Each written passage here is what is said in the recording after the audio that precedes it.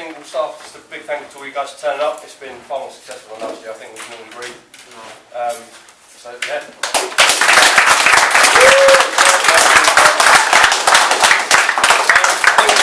I know people have got to shoot off. We'll start with the wooden spoon. That was our own club member Craig.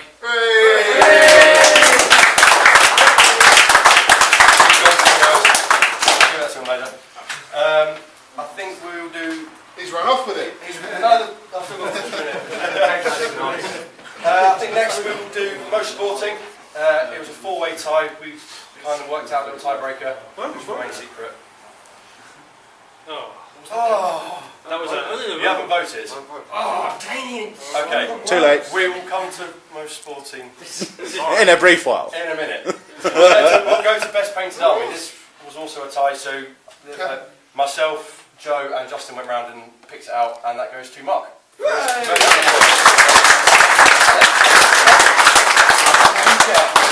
Watches and you also get the golden paintbrush, which I'll finish later. Well done, it's a nice force. Cheers. Craig,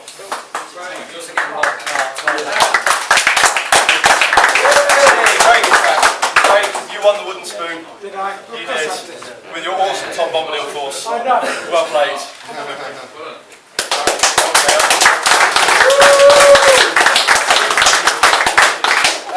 Who said ban Tom Bombadil? Maybe for the next one. So the next prize we'll do is the best evil player. Now this was eligible to those who didn't place in the top three, and that was Callum with this Radrim.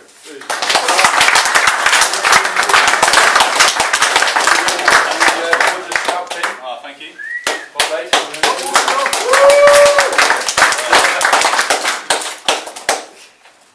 Oh, that's not very evil. We're now going on to best good player, which is going to put the comments to the camera. That's Ed Bull.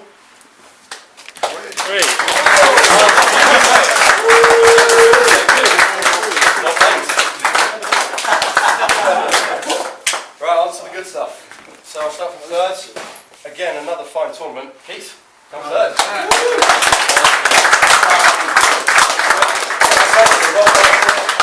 Mr. Lewis next to set. Second place. Now, if I'm honest, I didn't really expect this. I don't think anybody ever has. And it goes to the Rowan!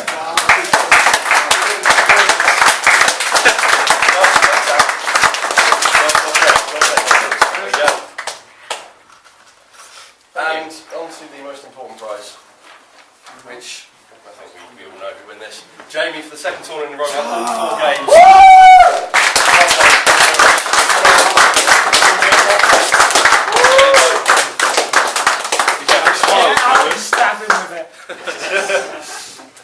Woo! Yay!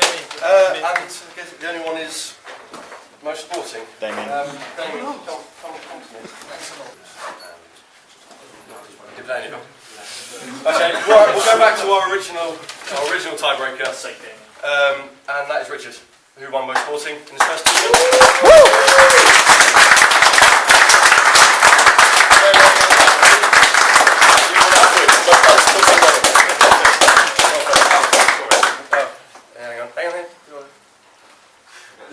You got Alfred. You're not allowed to use him against me. Or take him with Bomber. We'll take him with Bomber. And that draws to the close another East Grinstead tournament. So thank you all for coming. Thank I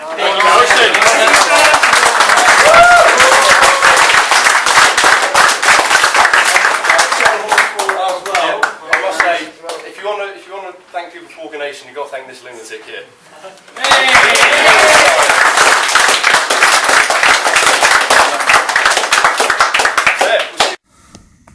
Welcome Strategy Battle Gamers to another GBHL YouTube video. You are here with GBHL James. And GBHL Jamie.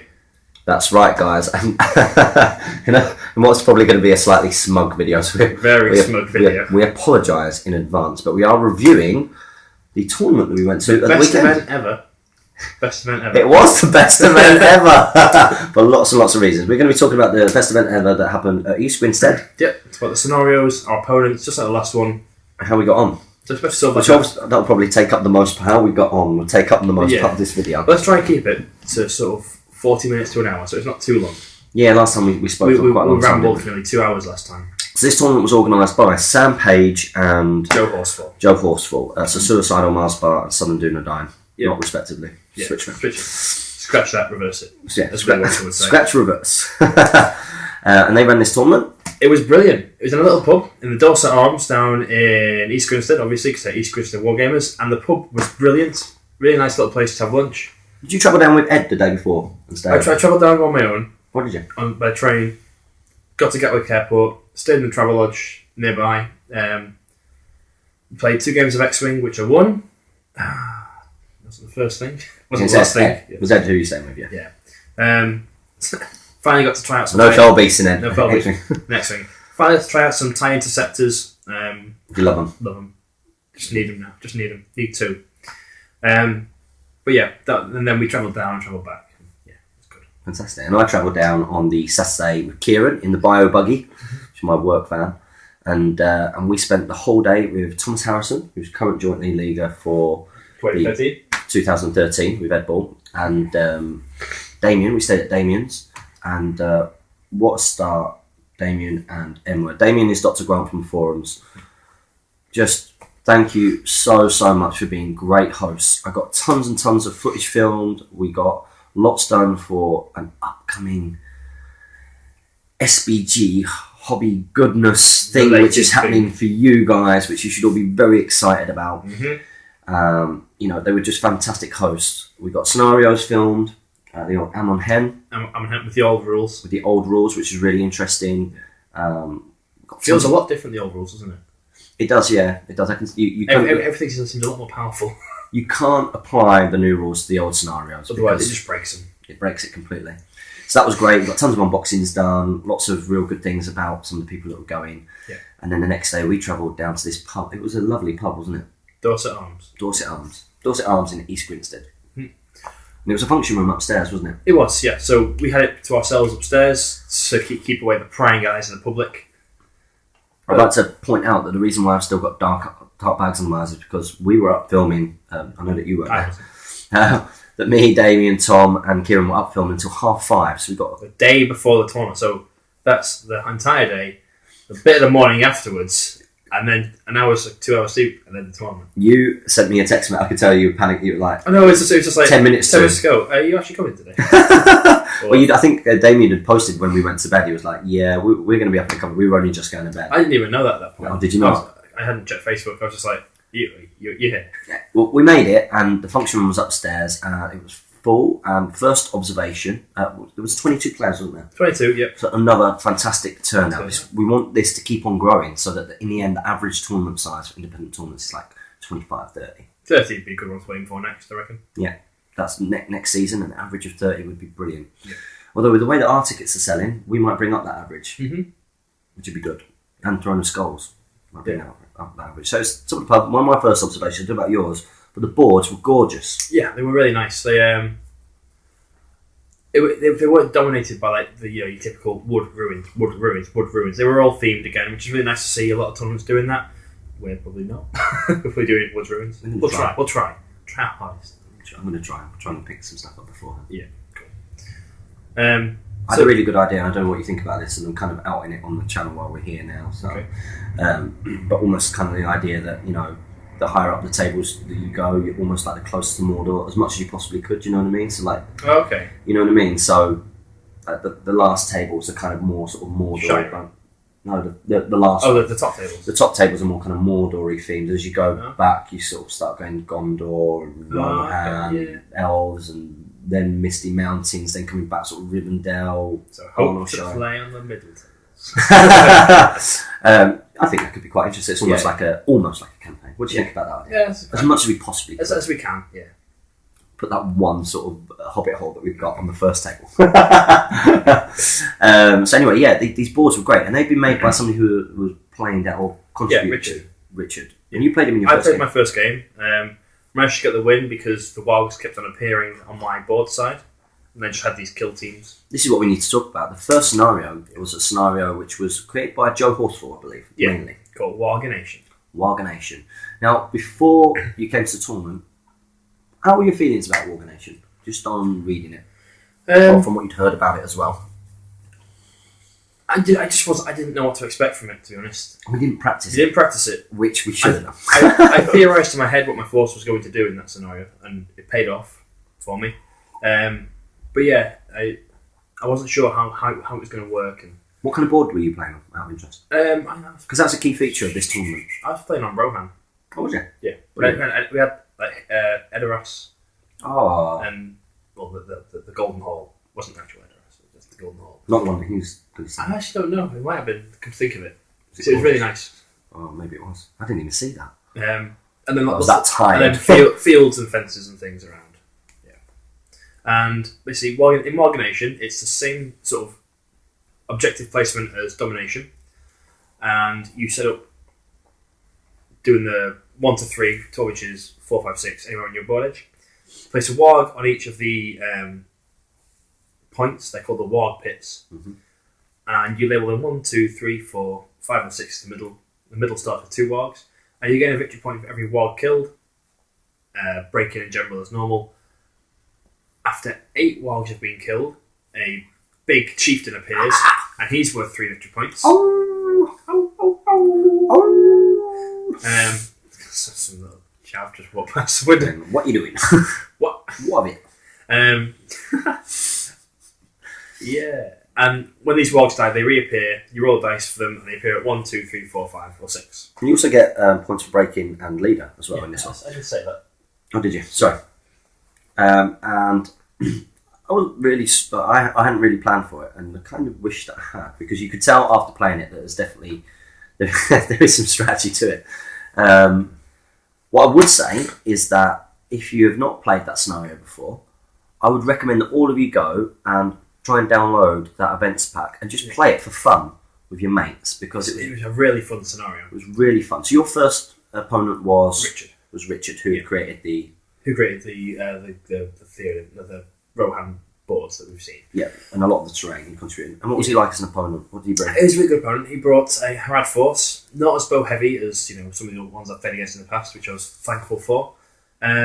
He had the Betrayer, a Harad King, and 2 Castellians of Dol Guldur. Yeah. Some half trolls, quite a lot of half trolls actually. I think about 4 or 5 of them, and just some Watchers of Karna with bow and Harad Spearman with bow as well. Okie doke. So he's not actually brought something there to be a completely broken list. He's brought some other stuff. He's brought the stuff that he likes to paint and what he wanted to do. Gave me a very close game. I think I won in the end. I think it was 19-12, so quite high scoring. What kept happening is both of us left 4 models each at our warg pits on our warg pits, and each time they kept appearing with me. Oh, you're lucky. I got a bit lucky, and I was getting sort of early game. I generated loads of victory points. Richard set up a little bit far away from the middle, where the 2 wargs appear, and eventually where the Wild Chieftain appears. So he was shooting into these combats, and I was actually getting into them, and he wasn't getting the kills he should have done really with shooting. He was always rolling 3 or 4 to wound the wargs, which is the 2. The 1/3 that he doesn't really want. I mean, 1 or 2 he can re-roll it, 5, 6 he kills it. Yeah. And I generated loads of victory points really early game, and he then had to come into combat with me to start trying to break me and get the other VPs. So it was in my favour, but we actually met before the game. He was like, "I don't want to play your first game." First game, what happens? We play against each other. No. Legolas was doing his thing as well by going, "Oh, you're in combat with a warg." Boom, Brent might kill it. Yeah. Victory points. You're a disgrace. I don't know. But Richard, he's never been to a tournament before, has he? No, it's his first one. And he's not really a gamer. He's a hobbyist. Yeah, and he knew exactly what my force was going to be.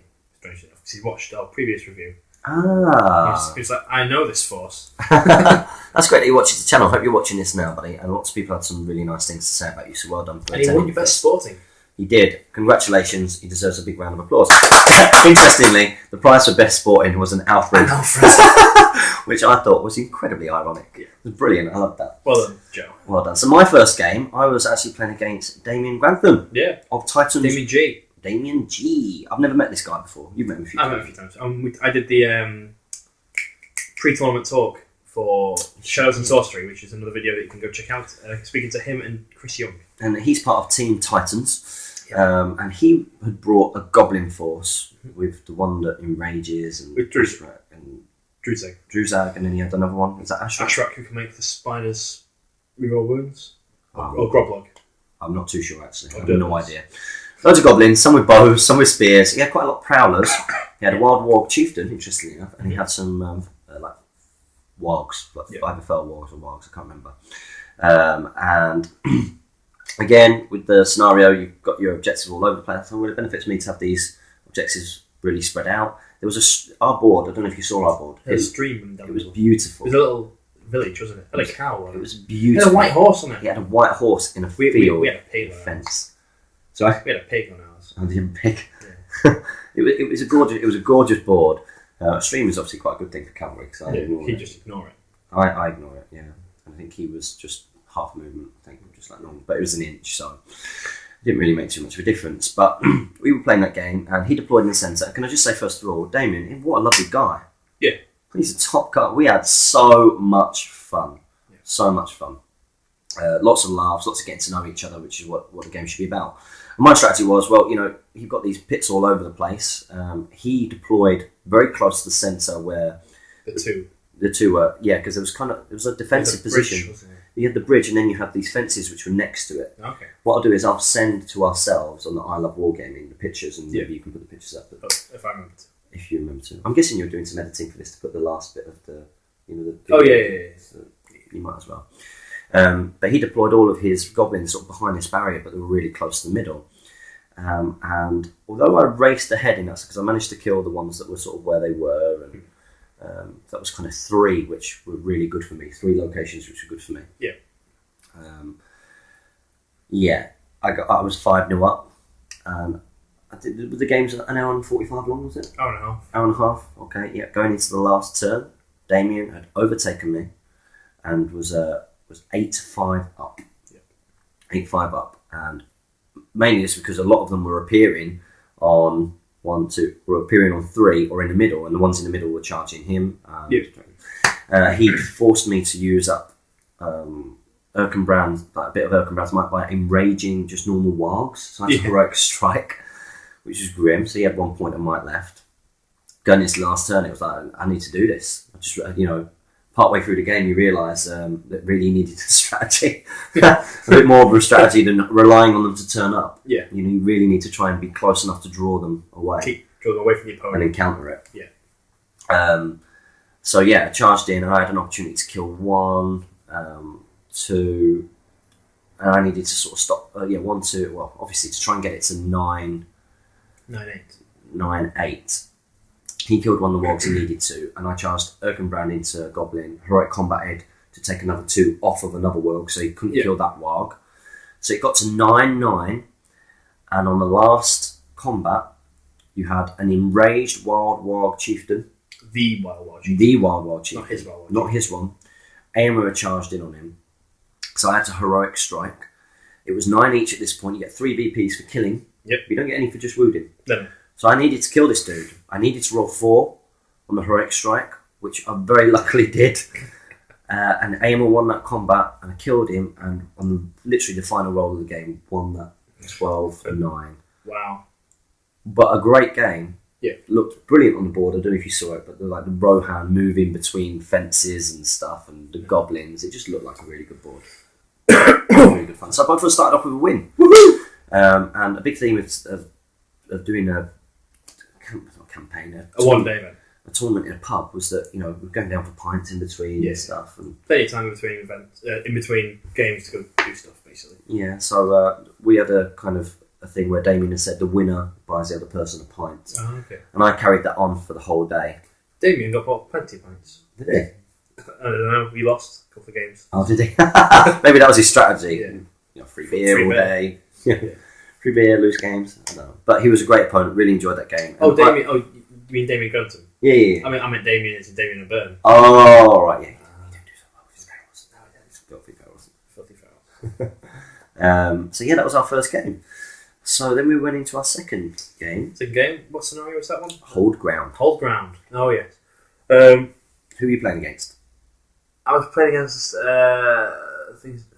Leonardus, I think it was. Leonardus, yeah. Yep. With what did he bring? It was Justin. He had Treebird with 10 woes. I think it's, apologies if I've got your names wrong. I'm not best with names, I'm better with faces. Treebeard with 10 roses, Vanderbrus with 10 roses, and Garn with 12 or 11, I think it was. Quite a big force, and one that matched my own very well. I know if we got to a shooting war, I was likely to come out worse. Although I did have the range of the bows. Basically, I rolled for I won priority, unfortunately, because I never let to win priority in this game. Rolled for Rummel's Warband, came on sort of the east or west, and it was first dice. I think he picked this board edge, and so I was like, okay, that's it up here. It makes no difference to me where he goes with this one because it's the first rule of the game. Gone Brigand. Fortunately, I rolled a 4, so I got to choose again. So I picked one next to him. Legolas didn't turn up on the first roll, so I was like, well, at least my general's safe this turn. Yeah. He then rolled, and Treebird came on, and Garn came on. I got to pick Garn, so I put him to come on opposite wall edges, and then Vanderbush didn't turn up. Next turn, we'll go forwards. Legolas comes on. Fortunately, I get 4+ again, and comes on my board edge behind the force, so quite nicely positioned to go in the middle. And then Vanderbush comes on along the board edge towards my side here, just so I can get some both shots into them. Yeah. Ended up winning the game. I think it was about 21-1. I think it was. That's a big VP. Yeah, I got very lucky. TP. Is it TP? Tournament points, yeah. VP difference. VP difference, that's right. You TP's what you get. Like, your wins, your draws, points your for losses. wins, Yeah. Okay. Managed to kill Treebird very flukily. I told you about this earlier. Oh, yeah, he did. 4 roses, shot, 1 with Garn, 3 hits, 2 wounds. Garn used a point of might to do it, so that's 2. Treebird passes 1 fate and fails 2. Doesn't want to use might on it because it's Treebird, he's in combat next turn, he's fine. Legolas, 1 shot, 6 followed by 6, that's a wound. Next turn, I think it was like a 5 or something. My point of might, 4+, he dies. Treebird's gone, that was the general out of the game. That's 3 for me already. I was like, wow. Yeah, 3, and also the biggest part of his army. The one that was scaring me. The one that can do a lot of damage. So yeah, I was like, wow. It's a big victory for you. Yeah. So your victory points are quite high. Yeah. 19 plus. Then we got to 21. fight in the middle, and my fight value really paid off in that game. Yeah. Because both of us kill each other on 4s. It's very bloody. But the fight value won out. So yay! Another victory for GBHL. Jamie! So this was hold ground. I think I said to you, and I think I said to everybody before the tournament, the one game that I wanted to win was hold ground. I really wanted to win because I've never won a hold ground game. I don't think. Okay. Maybe against Pete once upon a time actually, but I don't think in recent memory I haven't, and I had lots of problems with it lately. Like Mark Boland came over, he smashed me at it, and So when you lost to Steve out as well. yeah, it was. Yeah. I lost to Steve at that. I lost to Owen at the last tournament, and I suddenly realised, hang on a minute, I need to start Thinking. learning these scenarios. Yeah, thinking. Well, we discussed it after the last tournament. I found in this tournament I was much more aware of the game times, like the length of the game, the turns, and also I knew what the scenarios were going to be, and I'd already thought about how I needed to play them. Yeah. So I was playing against Chris, and Chris is the other half of Titans. Chris Young. Yeah. So I played Damien and then Chris. So Team Titan, I played first of all, and again I rolled first, not a great advantage, and I actually used a point of might from Erkenbrand to make sure he appeared next to Aema. Yeah, it's worthwhile doing. Worthwhile doing in that. Then Chris was really, really unlucky. Like really unlucky. You were really lucky. Yeah, I was really lucky. Because he had to use. He was basically a Khazad, dwarf, and wood elf army, led by Legolas. I think Legolas 6 wood elf. Some of his conversions. I don't know. I saw his conversions. They're so nice, aren't they? His paintings are top notch. Painting is beautiful. If you get a chance to check that out, guys, have a little look, because Chris's conversions in painting is wonderful. It's gorgeous on to look at, and it was a privilege to play against. But he had to use 4 might just to get Legolas, his leader, on at the same point as his other warbands, and to stop it from me being able to put it behind mine, where the entire army, my whole army against 6 wood elves and Legolas.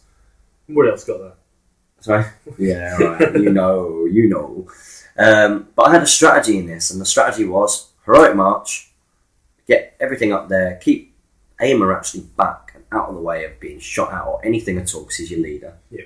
And if you're going to use him. It's your last bit of countering, heroic combat, and get as much out in the maybe last turn.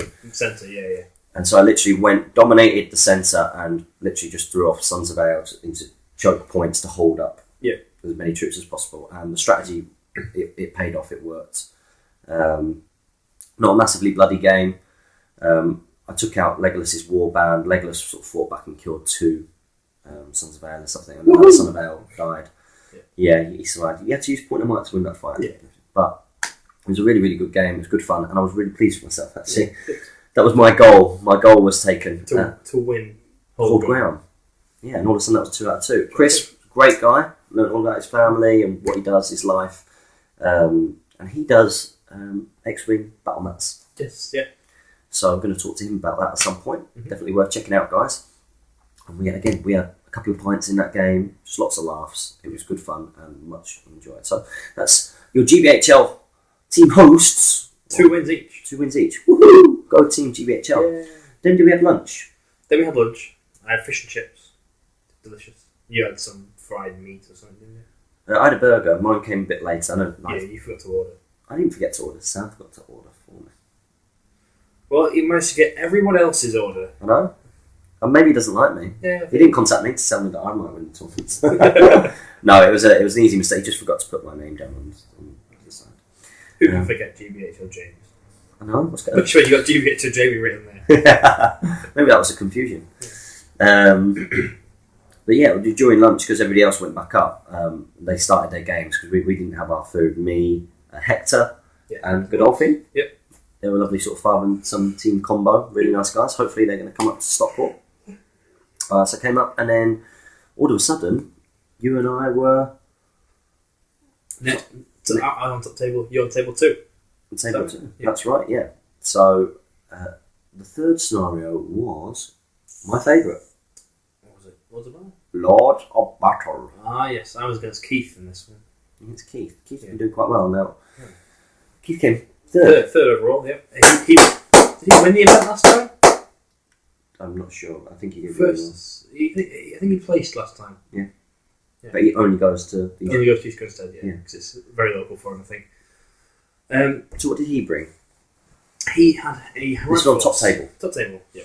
He had a Harad force, he had 2 warbands, he had the Knight of Umbar on horse, and a Hasharin, and he had Reavers, and he had 4 Reavers, 2 half trolls, 2 Castellian, 2 Black Numenorians, 4 Raiders with Warlance, and then a couple of Bowmen, and 2 Corsair Blessers. So a very bit of a bitty force. Yeah, lots of bits of things. Yeah. Kind of like my Wood Elves, with just bits of stuff thrown in. Obviously models that he likes. And... Yeah, they'll work well together. He charged in, we set up within range. His cavalry set up within range of my line for turn 1, and his foot troops were just like 7 inches away, basically, because I didn't want to get charged first. I wanted to get at least 1 turn shooting against him. The cavalry charged in when they had priority, which is probably a mistake from Keith there, because it meant I just... The 6 cavalry models hit my line. The infantry didn't, so I was like, well, just the back rank pretty much just shifts around, so all the supports stay, but there's loads of models now hitting those cavalry. And I won and killed all but 1. Yeah. Just something that freed up, half my army to go fight again. Came down really close in the end. It was 21-19 again. Ooh. Yeah, the half trolls just went on an absolute rampage. Like, I couldn't believe it. Like, every turn. I also forgot that... we weren't next to each other on this game, actually. No. Tom and Ed was in between. Yeah. I was on third. Just the half trolls, every turn, killing 2 at a time. I was like, I've got to keep throwing things at them to kill them. Because a half troll is quite high fight. Fight 5, strength 5, defense 6. How many points are they? 2 attacks, 2 wounds. 26, 25 points. They're quite expensive. They're good though. Very good. Yeah. We've had a couple. Yeah. They just smashed through my force and were killing like nobody's business. I forgot that Legolas wasn't worth victory points, so kept him back just to try and one shot. And in hindsight, I was like, well, I should just throw him in, get his 2 attacks, fight 6 and strength 4 on them. But I won the game, so I'm not too annoyed at myself. Very close. It was massively in my favour after the first few turns because my shooting had done well and killed off reavers here and there. And then these two trolls pulled it back massively. It was 4 victory points a turn, basically. I was like, it's going wrong. So, oh no, I'm throwing away victory. So just pressed on. And I think it's a horrible point when you realise that you might be about to win more games than you might know. There's a lot of pressure, I think, on it. I've won 2 games. It's like, I felt a lot of pressure going into Lords of Battle because I was like, this is one that I should do reasonably well. So I won that game, and then I knew I'd either be playing Ed or yourself, depending on who wins the games. Or you could have played Tom. Tom, if he'd beaten Ed in that game, which he looked like he was going to do, and then it all went wrong for him. Oh, yeah, it really looked like he was going to do. And I was looking across, and I really thought Tom Harrison was about to beat Ed. And then I think it was only Aragorn left on the table in that one in the end, wasn't it? Pretty much, but Aragorn just killed everything. Aragorn killed everything. Wow. Aragorn did the business. Yep. So I was playing Lords of Battle against First Age subscriber, absolute legend of a guy, James Baldwin, Murtaugh. That's right, Murtaugh. Murtaugh, who provided our first bedtime banner. Ah, yes, yeah. He's a great guy, good guy from the forums, and what a lovely bloke he is. First and only bedtime banner. Yeah, we need some people to send them in, please. I was going to go and edit other people's, but it's just a lot of work to do that, so it probably won't happen anytime soon. So I was playing against Murtaugh, and I clearly had massive advantages in this. What was his force? He brought Goblin Town Force, so lots of reasonably easy to kill models. Yep. But he'd also brought Goblin King, Captain, and he also brought Sneezy Troll. The Sneezy Troll. Yeah, don't know his name. Now this troll drew with our very own Deadmar Spectre, Kev Lawrence of Shadow and Flame, in a painting competition. Really? It is that gorgeous. Yeah, it's got like this disgusting base of mud and fungi, and it's splattered, and it was beautiful. I think that's the one I voted best painting. Oh, did you? Yeah. That was. Yeah, that's a good call. I don't remember casting a vote for best painting. I was waiting for my lunch. That's probably why. God, what are you doing? God, you've not learned yet, James. So anyway, so I was playing against Murtaugh. Immediately agreed. Like, this guy's a great guy. We chat all the time on the forums. Never met him before. So we were like, let's go grab a pint quick, because we had extra time anyway, because my lunch was late. I thought, this is a game that I should win. Should win. Because, You've got bows, you've got movement. I've got bows, I've got movement on him. Defense 3. The defense 3, he's got lots of models, I've got lots to kill. I can give a lot out without... I can take a lot from him without giving much back. Yeah. And I knew that winning this game, making sure I win this game, pretty much guaranteed me the tournament, basically.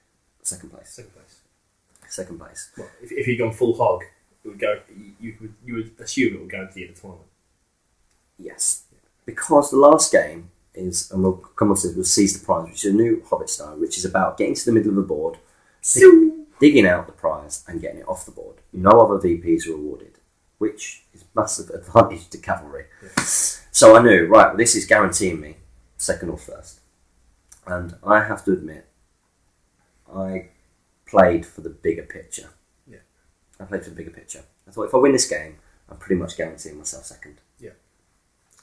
But if you win this game and don't score too many VPs, then the way the tournament ranking works is that you'll be on the same sort of wins as myself and Ed it was, but because your victory point score, you'd not hit us on the top table, you'd drop into the second table. Yeah.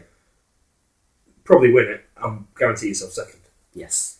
And this was the thing, I was thinking, this is my first ever season of doing, it's going to be a full season of doing tournaments. I thought, well, it's early on in the season as well. Mm-hmm. Guaranteeing yourself 95 league points. 95 league points, as opposed to risking an extra 5 or dropping down to 5th, which I would have done because I was kind of benefiting a little bit from having a low VP score because it meant that I wasn't being catapulted up to top table to play against players who are doing well with armies that are doing well. Not that I didn't play against people who did Yeah, that, but you know what I mean, don't Yeah. you? It was a strategic decision. It was, right, I want to win this game, but I don't really want to kill another 10 VPs on top. So I did explain this to Murtaugh. I said, listen, if you think that, if you're like, this is not a great game, this is boring, you know, let me know, because I would rather an opponent was enjoying the game. And if he just said, come on, let's, you know. Just get stuck in. Especially because it's him. Like, someone else had done that. You know, if, let's say Ed, who would never ever do that. Let's say Ed would have said that to me. Like, no, I've got to do what I need to do to win. Yeah, but if Ed would understand that. Yeah, he would understand that. Whereas, you know, if Murtaugh, because he's a really great guy, if he was, I'm not really, you know, not really I'd have played it. Yeah. But instead, I skirmished and kind of guaranteed myself to be on that second table rather than the first. Because I was looking over and I was thinking, it's Jamie or Ed. It's Jamie or Ed on the last game. I would be the easier of the two. You would be the easier of the two. And it would be me because of my victory points. And it would be you because of your victory points. Exactly.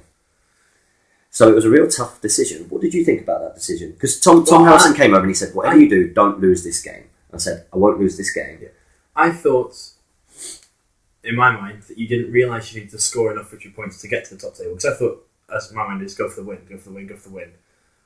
I didn't realise you were playing for second. I thought, he's playing really skirmishy because he wants to guarantee the win, but he's not doing enough to get his VP score up. But I thought you just didn't realise you were. I thought you were just literally playing for the win in that game, but not looking at the bigger picture and going any victory points. And instead, what I was doing was thinking of the bigger picture, which was, and this is another thing as well. So let's say I had played you on that last game. All of a sudden, you would have gone down to third. If I'd have beaten you, which I did have the advantage in that last game. But I was thinking, worst case scenario, I go up there, I don't dig up the prize, and you drop back down to fifth. And drop back down to fifth. It's that risk reward thing, isn't it? And at the moment, while I'm a relatively green new player, it was more kind of like, let's try and guarantee the second. Is that a bad thing? Comment below. What do you think? It makes sense for the league. For the league. It's like when you in football teams, if a team goes away for a game, you try and maybe you want at least one away goal. You know, if you can get 1 or 2 away goals, you're happy, and you can come back home to a tournament or to an event you really think you're confident at and go all out for it. Yeah. It was tough because I only need another 10. Because Tom Harrison, he said to be on top table in the last game, you only need another 10 VPs. So I was like, I don't really want to beat. I said I'd rather guarantee second. Yeah. Which sounds really arrogant because it sounds bad on my final opponent, but I was kind of pretty sure that I would be with like 17-inch moving cavalry. You're there at the first turn. Yeah. So you should and beyond it. Yeah. And even if they heroic march, you should really be doing in that one. Yeah.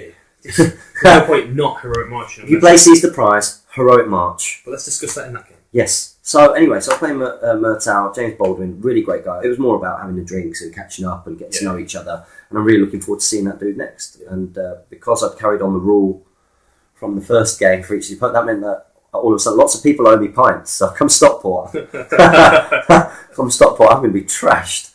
But really, he's a fantastic guy. He's a Rohan player as well, so he understood, and he was like, listen, if I was playing, I would do the same. And I said to him, well, listen, if I'm ever going to a tournament, you've not got all your Rohan painted up. I said, you can borrow mine, and if I'm not using them, feel free to use it. And you not using Rohan? I know. You never know. Reavers and Shade might come out if you've got a chance. I'm only joking. So yeah, that was the third, and all of a sudden, your GBHL hosts... Top 2 tables. Top 2 tables in the last game. Yeah. Yay, yours. I got Drew again. So this last scenario, Seize the Prize. One objective in the middle of the table. You set up to 12 inches on from the board edge. You don't. So you set up 12 inches. You don't set up on the board edge. Yeah, you are 12 inches away from the very first turn. I drew against Ed, and in Ed's force, he had Glorfindel, Lord of the West, just on horse, no armour. He had the twins with heavy armour on horses, so that's Eladon and Elra here. And he had Aragorn with armour on horse. You must have been reasonably worried. I bet you thought you were going to lose. I was like, I've lost this, because all that happens... You must have thought you were going to lose no matter what had happened then. Yeah, so if I was playing... I actually was thinking in my head, I'd rather play you, because... I've not got the might. You've got as much might. Yeah, you're not going to be able to catapult with your heroic combats, which I guess would be your strategy. Yeah. Which I was worried about. I had a plan. Yeah, so both Ed and I were discussing, and we were talking about, so what happens? Turn 1, they're all set up 12 inches on. Aragon heroic marches. They all move 15 inches forwards across the prize. One twin dismounts, because he can then start shielding with 4 dice. Aragon also sticks around there to make sure he gets the heroic moves and whatnot. And another twin dismounts to try and pick up the prize. And passes it on. Next turn, then Aragon with his 3-1 calls the heroic move. I've heroic marched up there, so it depends on who wins that 50-50 roll off. If he wins it, Glorfindel's also called the heroic march. Prize gets passed to him, he marches, and boom, he's off. He's off. I can't do it. You might have Legolas. Legolas might have shot his horse, but even so, there's no way You're not going to catch him. I'm catching him. He's got the mites of heroic march. Yeah, heroic move and heroic march every time. Yeah. What did happen is all that happened, except the prize didn't get picked up for 5 turns, which meant by that point there were these 4 heroes. These 4 heroes on foot, because I was obviously going to shoot their horses with Legolas, hopefully. I had to randomise, but I think I got 2 wounds on Glorfindel really early in the game. You're really lucky in this tournament at various points. But that's what can win it though. Yeah, it's about luck. I was lucky. Basically, it was the 4 heroes in the middle, surrounded by a sea of, well, roses and then elves. A pike support for each hero to try and take on, except Glorfindel, because there's no point. Rumor went up against him, to try and make him reroll his 6s. And I only actually killed one of the heroes in the end. I only killed one of the twins, and he was chased off by another elf. Because obviously one of the twins has to chase after the one that killed him. So I was like, right, this elf is running. And that twin can then just be dragged around where ready to go. So he's out of the picture. Glorfindel was, at the end of the game, on no mites, no fate, and 1 wound left with defense 5. So I was feeling relatively confident that 1 lost combat from him would have been a death. And there was also Aragorn, who had the prize at this point. He had 2 mites, his 3-1, 1 wound, no fate. And I was feeling relatively confident that, just through the sheer number of combats, I would eventually kill Aragorn and get the prize myself. This happened earlier than I expected because Ed, in one turn, forgot to call a heroic strike. We got to that combat, he realised he'd forgotten, and I had Legolas in there for flight 6, and I also had an Elven Blade in there, which meant that I would win the roll-off on a 3, 4, 5 or 6. So you got more chance. Got more chance of winning. Ed rolled his dice, and again, rolled a 3 highest. So it's either does he burn all his might to, get the 6, because I obviously rolled the 6, I had like 17 dice in that fight. So sorry about that, the camera ran out of space, I've cleared some stuff and we're back to where we were. So in that fight, apologies if this is a bit of a repeat, but Aragorn had 2 might, 1 from his, 2 in his store, 1 from his 3-1, no fate and 1 wound left, and he just rolled the 3 to win the fight. And so obviously I got my 6 because I had all those dice in it. And then Ed was thinking, should I spend all the might or not? And that's just because I hadn't let him. He wanted to call the heroic strike later in the phase. Can I tell you what I would have done? Gone? Yes, because you got 17 dice. You got a massive chance to kill him. Yeah. So he decided not to for some bizarre reason, or we might have, and I got the roll off. Yeah, I can't remember off the top of my head. And obviously Legolas was fainting. I had a God Legend Court there. Legolas rolled like 4 dice, he's trapped, needed 5s. I think I got 2 wounds, which killed off Aragorn. Legolas picked it up because he got the kill, and then Legolas just ran off because there was only Glorfindel left in that area, and I had a sea of elves in between him and him. So a bit of unfortunateness for Ed that he rolled again against me. And he forgot to do his heroic strike. And heroic strike at the beginning of the turn. But the reason that Ed obviously knew I wasn't going to allow him to call a heroic strike because it was for the tournament, it was the last game. And also, earlier in the game, I'd left 2 bowmen not in base contact. Obviously intending them for the bead, but because of the speed that I'd moved them, I hadn't put them properly. A couple of millimetres in between. Maybe so, but Ed didn't let me shoot them because, obviously, at this point, it was still in his favour to win the game, and they were shooting at Glorfindel, who was still on his horse. So he didn't let me. So, obviously, it's going to work both ways, basically. Yeah. If it had been the other way around, you wouldn't have got the call, so you've got to do it. So for example, I think in the game with Murtaugh, like there was a couple of things that he missed where he called, and I was like, listen, mate, just do what you need to do. Like, I meant to call this here. We're at March, and stuff like that. It's like, well, you're playing against me, and just do what you need to do. But it depends who you're playing against, whether you allow it. So if you play against someone that you know isn't going to be like that for you, then, or if it's really what everything depends on. Yeah. So it's like that combat. If he called a heroic strike and he managed to roll 4 or more, he's going to win that fight with his might. Mm-hmm. But since it is a fight that's in my favour for the tournament, of course, you're not going to say, yeah, go ahead. Well, think of it like this: even if he did call a heroic strike, he wouldn't have won. With those dice, yes, we talked about this, but if he'd have called the heroic strike, we would have done that combat first. He might have rolled something different because it was a different roll. A butterfly, yeah, flaps and swings in. Different you way. Never ever know. Exactly. So that roll wouldn't have. That's how I presented to Ed. I think we then did do the fight, and he rolled like a 2 highest. Besides the point, and but And that meant that Ed really capped, because Ed kind of had the worst case sort of. The worst set of circumstances he could have had, to not dig up the prize, and that was what I was worried about. 5 turns. That's what I was worried about. 5 4 pluses. He rolled 1 2 3s. That is because you can't affect it with might either. That's a purely random roll that Ed doesn't have any control over, which is why he wasn't too annoyed at that one, because that's the game going into effect. Yeah, he was frustrated at himself for not calling a heroic strike. Unlucky. Yeah, very very unlucky. And commiserations, because that meant that he went from being. He would have been second at that point. Yeah. So going down to fifth. It's a big drop. It's a big drop, especially because he has come second in each of the last 2 tournaments of this year. But second place for this year went to your very own GBHL James. With Salted Rohan! Second. Damn right. Tournament winning would And tournament second placing, All Mounted Rohan, which doesn't really sound as nice, does it? It doesn't, although it probably raises a few eyebrows.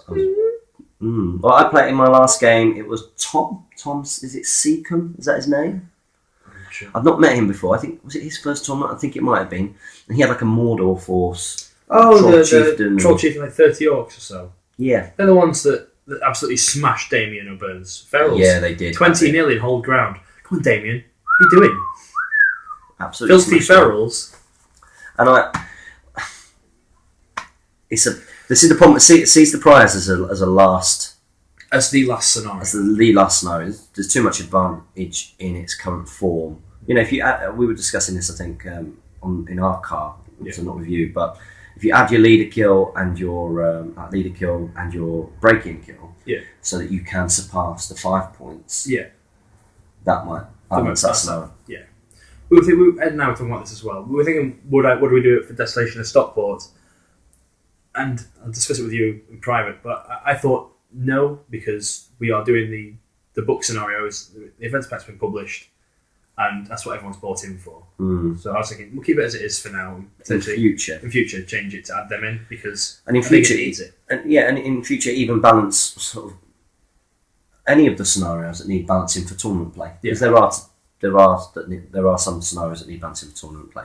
But it was fun. I did feel really sorry for him. He did exactly what he needed to do. I heroic marched. You go 17 inches. Which flies you 5 inches over the prize. 5 inches over the prize. And I kept my heroes back from that, because the biggest danger there is that he kind of heroic combats, but he can't charge if he heroic marches. Exactly. So by that time, I've already got someone dismounted, digging up the prize next turn. I didn't get it first time, but I got it second time, I think. Yeah, still enough time for you to block off, basically. Yeah, and I just said to him when you feel dirty, don't you? I did. I feel dirty, but it's the win. I was running back up, and I just said, "I'm going off next turn." I said, "Should we call it?" And just smash each other.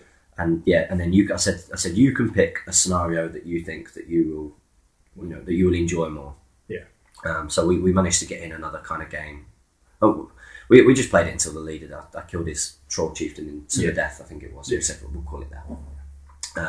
But yeah, that guaranteed me second place. Yeah. Woohoo! First and second, Team GBHL. Oh yeah. So there was quite a few prizes, weren't there? So, there were, yes. There was something that was really interesting. It had best of good and best of evil. How was that judged? That was the if you didn't place in top 1, 2, or 3, if you were the best evil player, because they wrote down what armies you were using, Then you got your pin. So in the final rankings, like a dwarven coin, wasn't it was a during stay pin for the Forces of Good, and I can't remember what it was. I think it was a small treasure coin. Yeah. For good prizes. Cool. Yeah, really cool. I think Ed won Best Good Player, came 5th, and I can't remember who came 4th. They won Best Evil Player. Did Tom Harrison come 4th? Potentially, yeah. I've got the footage will be on at the end of this video. You can find out who won. Tom Harrison was the only player I didn't want to play and seize the prize because he had a cataphractic war drum. Yeah, he moves like 21 inches or 20 inches. It's something ridiculous. He's not the only person I think in the whole play who could move faster than me. He's like, yeah, I don't really want to play Tom Harrison. Yeah. Richard won Best Sporting. Yeah. Best Painted went to... It wasn't Damien again, was it? No. Was it? No. Who did Best Painted go to? You'll see in the video who won Best Painted. Congratulations. Congratulations everybody who won prizes. And for second place, I got a Master of Late Tale, which is very, very generous. Yeah. Which I gave to Damien for being a great host. I thought that was an appropriate thing to do. And I got Orcrist letter opener to go along with my Sting letter opener. So what we need now is someone to do a tournament where Glamdring is a letter opener prize, so I can get all 3 Elven Blades. And arrange the tournament so that Jamie doesn't play against me. Because I think we've worked out that tournaments that Jamie doesn't play me, he wins. It's a formula, it's a truth, it's actual. Everything is satisfactual. At the moment. At the moment, yeah. But that's a little bit down to my chickiness. Yeah. I think I would have had the advantage in that. I think you do. As long as I dug up. As long as you did the prize within 5 turns. Yeah. Or 3 turns, probably. I think that's the danger. As soon as if you don't dig it up for 3 turns, and that's when the infantry force then gets their numbers to bear, basically. And that would be a horrible situation. I would rather have 95 points for the league. Yeah, exactly. So, as it stands, I'm currently number 1. Yes! I'm currently number 3. Really? Am I? I don't know. I think I am. Congratulations. You should check. I think I'm number 3 in the league. Should we check? The next tournament is going to be at Titans Wargaming, and that's on the 23rd of March on Sunday. They've got some very cool scenarios, which are hopefully going to get a battle report for. Maybe before, hopefully on Thursday the 13th, we'll get it filmed, so it should be up the week before. Nick hasn't updated his pinned post. No, he's not, but he's updated the actual documents. That's 400. Is it 350 or 400 points, that one? Which one? The one in Titans. 350. 350 points. Yes, it is, yeah. I've got my force plan for that one. So, in first place in 2014, we have Jamie Giblin. Followed in second place by Ed Ball. Boom. Followed by third place, James Biotic Fit Clark. Who's fourth? Charles. Oh, yeah. Kieran is 5th. Tom Harrison is 6th. Thing is, as soon as Charles attends an event, he'll jump you. Because he's only pretended to. Maybe. I've got 87 and 95. It's good going. Yeah. Potentially. Because I've come 3rd and I've come 2nd in a tournament this year. Look, I've got bronze and a silver next to my name. Yeah. I've only got the gold remaining. And Charles Sims. Oh, Charles Sims has got. Yeah, he's got 1st and 2nd. 1st and 3rd. 1st and 3rd. Yeah. So He's got essentially a tournament in hand. as long as he loses. Not that that's what it's all about. It's all about the fun. For you. Yeah. Hey, listen. I'm the serious one. If all mounted Rohan do all right this year, then that's good. And it was really funny when Sam Page, son Dunedain, he was like, and in second place, and this took me completely by surprise. I took that as a big compliment. So this has been GBHL James and GBHL Jamie talking about our experiences at East Grinstead. It was the best event ever. Fan Dabby Dozy. It was brilliant. We absolutely loved it. Thank you very much to everybody who made that tournament as amazing as it was. Our opponents, our hosts, drivers, people who looked after us, fed us. Damien's wife made this amazing roast dinner that we could. Roast potatoes. I saw that picture. I'm jealous. You see, nobody realised it. Everyone was posing for the picture. Did you see the bit? More! 4 fingers. 4 wins because we've both got 100% record. Oh, were you saying 4? Yeah. I didn't get that. Did you not get it? No, I thought you were saying before the event. I was being a bit smug. No, this was after. Oh, okay. It's after. 4 wins. Thanks very much, guys. Happy Strategy Battle Gaming. Support your hobby. Check out the video coming on now.